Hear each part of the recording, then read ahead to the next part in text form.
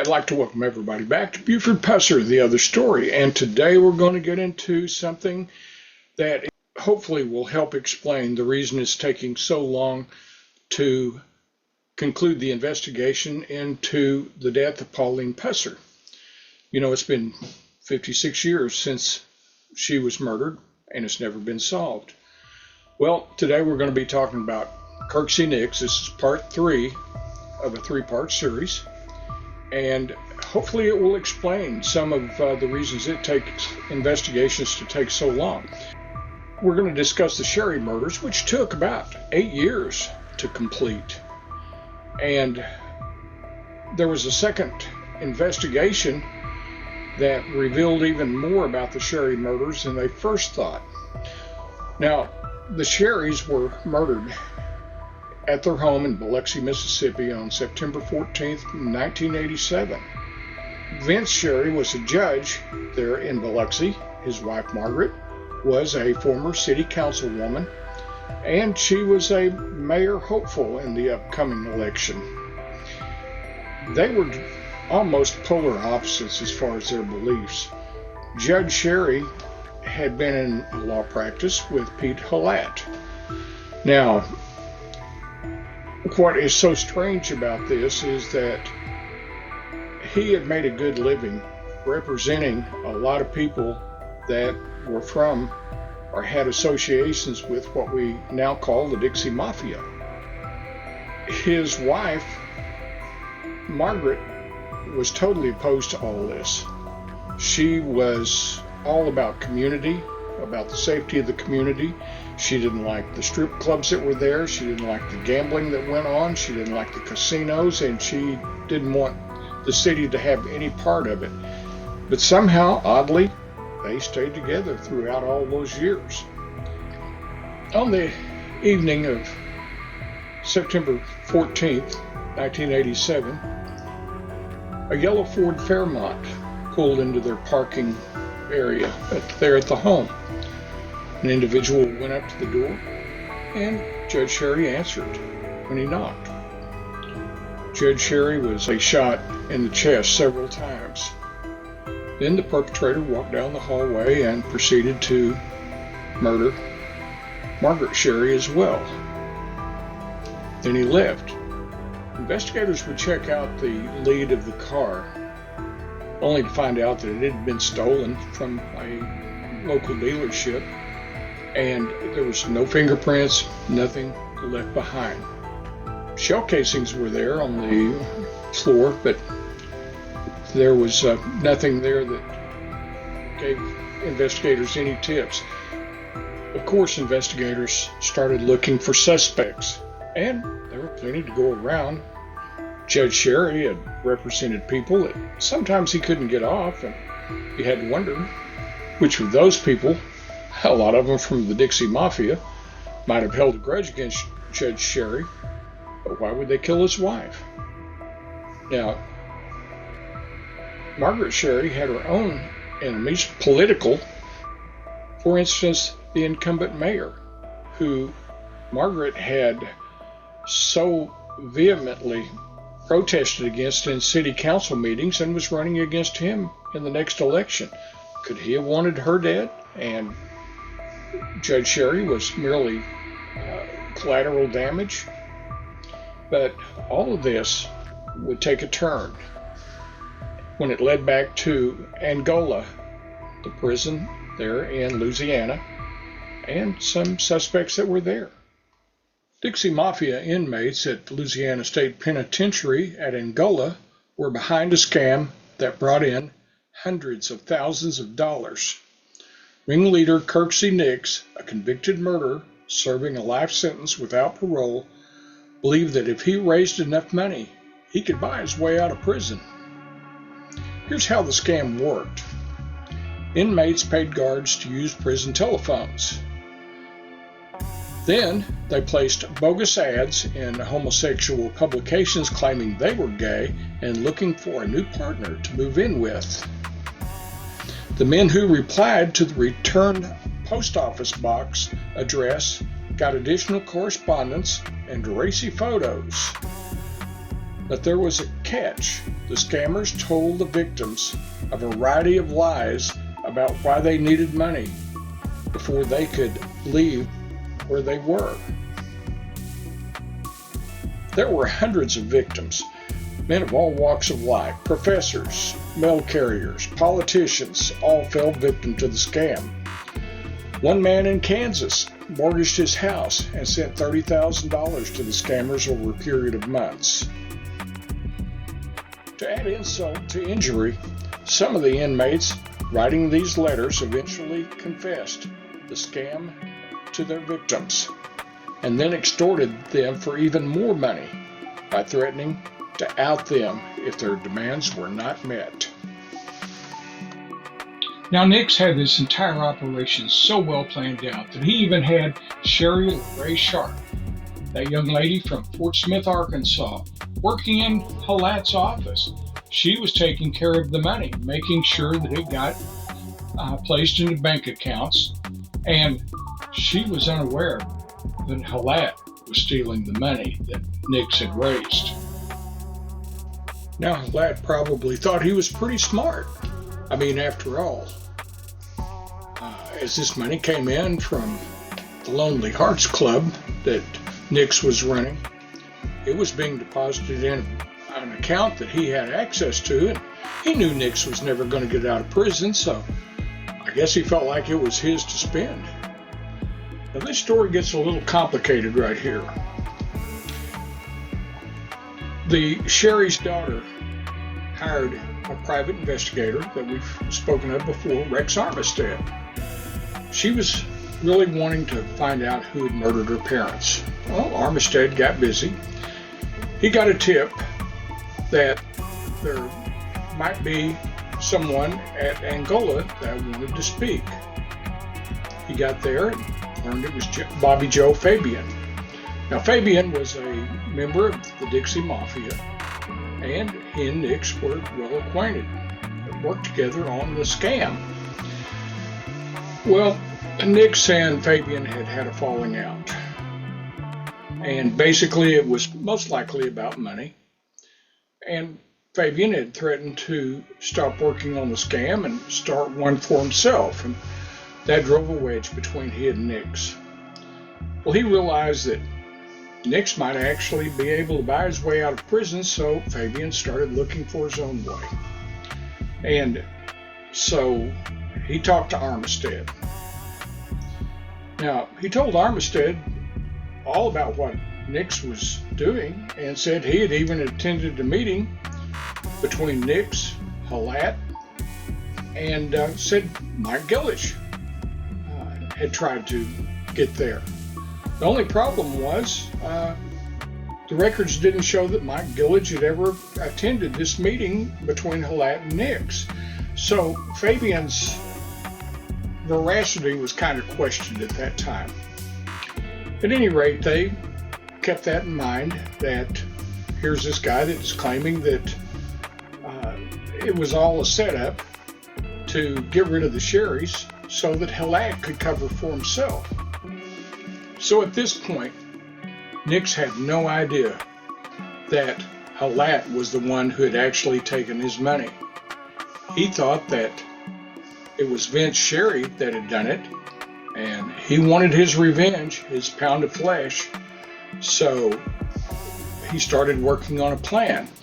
But the important thing to take away from this is that Gilich was exposed during this meeting.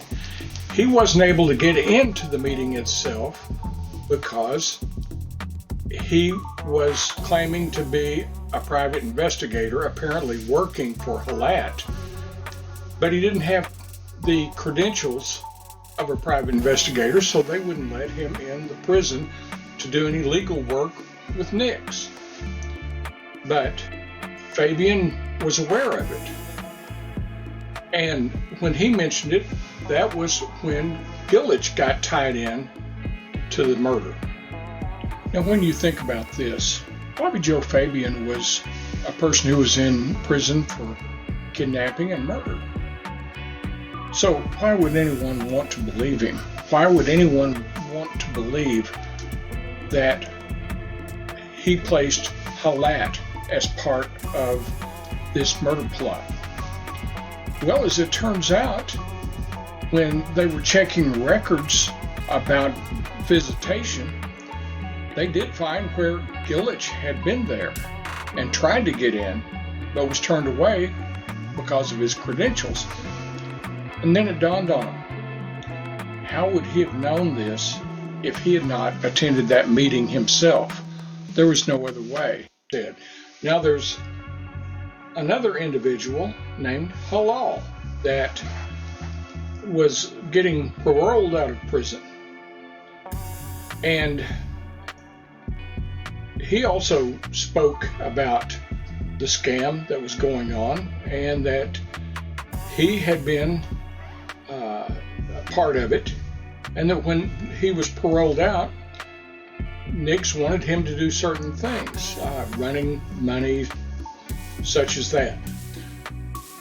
Well, as it turns out, when Nix asked Halat about his money, Halat had to tell him that a lot of it was gone, and he didn't want to take the rap for it, so he said it was Judge Sherry that had taken it before he left the law practice to become a judge.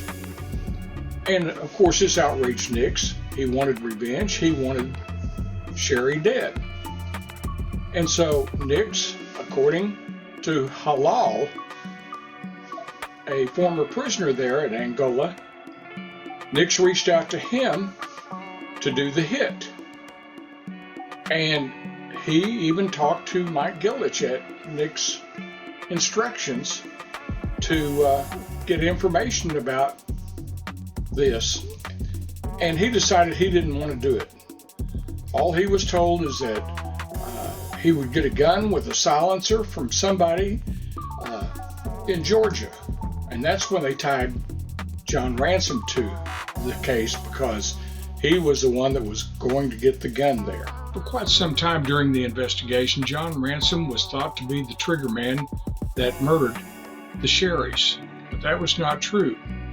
His participation was that of obtaining the firearm to be used in the murder.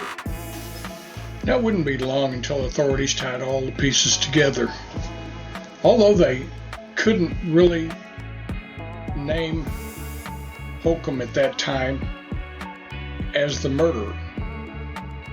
So what happened is that the prosecutors had several people indicted. That would be people like Nix and Sherry LeRae, John Holcomb for his part, so on. Now, the funny part about this is the first day in court, the prosecutors made it clear that what they were going after were basically conspiracy cases. They weren't trying to say who the killer was. They didn't know for sure at that point. They had a good idea, but they weren't for sure. But on the other hand, the defense acted like that they didn't even hear this part about they were just going for conspiracy charges, because they spent a lot of time and energy trying to clear everyone that they were defending. Finally, the trial was over. The jury was out, and when they did return on the charge of conspiracy to commit fraud, Nix, Gilich, Ransom, and LeRae Sharp were all found guilty. On the charge of wire fraud, which was the basis of the scam in the first place, all four were again found guilty. On the charge of interstate travel with the intent to murder for hire, Nix, Gilich, and Ransom were all acquitted. Also, there was a charge of interstate travel by John Ransom to commit murder on August 8th and 9th. Now, Nix, Gilich, and Ransom were all found to be acquitted of these charges because the dates on the indictment itself said August 8th and 9th, when the Sherrys were not murdered until September 14th, about a month later. Now, Sherry LaRae Sharp was never charged with the last two of those, so she got off scot-free on those. Now, when all was said and done, Nix knew that he wasn't going to be getting out of prison. For Gilich, it was something different. He would go to prison and he would spend some time there, and realizing that he might very well die in prison, he finally decided to sing. He placed Halat at the meeting at Angola with he and Nix. And he also pointed out that it was Halat that clearly stated that Vince was the one that took the money from Nix. And it also became evident that Halat had gone to the bank, closed out the safety deposit box where they kept all these funds. He then went to another bank, put the money in another safety deposit box under the name of Vince Sherry, hoping that investigators wouldn't figure out the switch and would think that Vince was the one who had actually taken the money. It was over for Halat. He was going to prison. Halat was sentenced to prison, where he served 15 out of his 18-year sentence. Mike Gilich also served prison time. Sherry LaRae Sharp did as well. Thomas Leslie Holcomb died in prison. And Kirksey Nix is still in El Reno Federal Prison in Oklahoma. Nix, who had so much potential, he was such a smart man and wasted everything. Now, at the start of this video, I made the comment that I hoped it would help people understand about why it's taking so long to conclude the investigation into the murder of Pauline Pusser. If there's one thing that you take away from having watched this video, it's that Pete Halat, who stated that it was Vince Sherry that had taken Nix's money and even paid his portion to have the Sherrys murdered, and insisting that Margaret Sherry be killed as well. It took another 2 years after the original case to tie Halat to their murders and get a conviction. So when you think that the TBI is taking too long to get the murder of Pauline Pusser solved, just remember all the hoops that they're having to jump through, all the things that they're having to look at, the timing of it all, getting familiar with the old case, the whole 9 yards. But till then, just remember, truth has no agenda.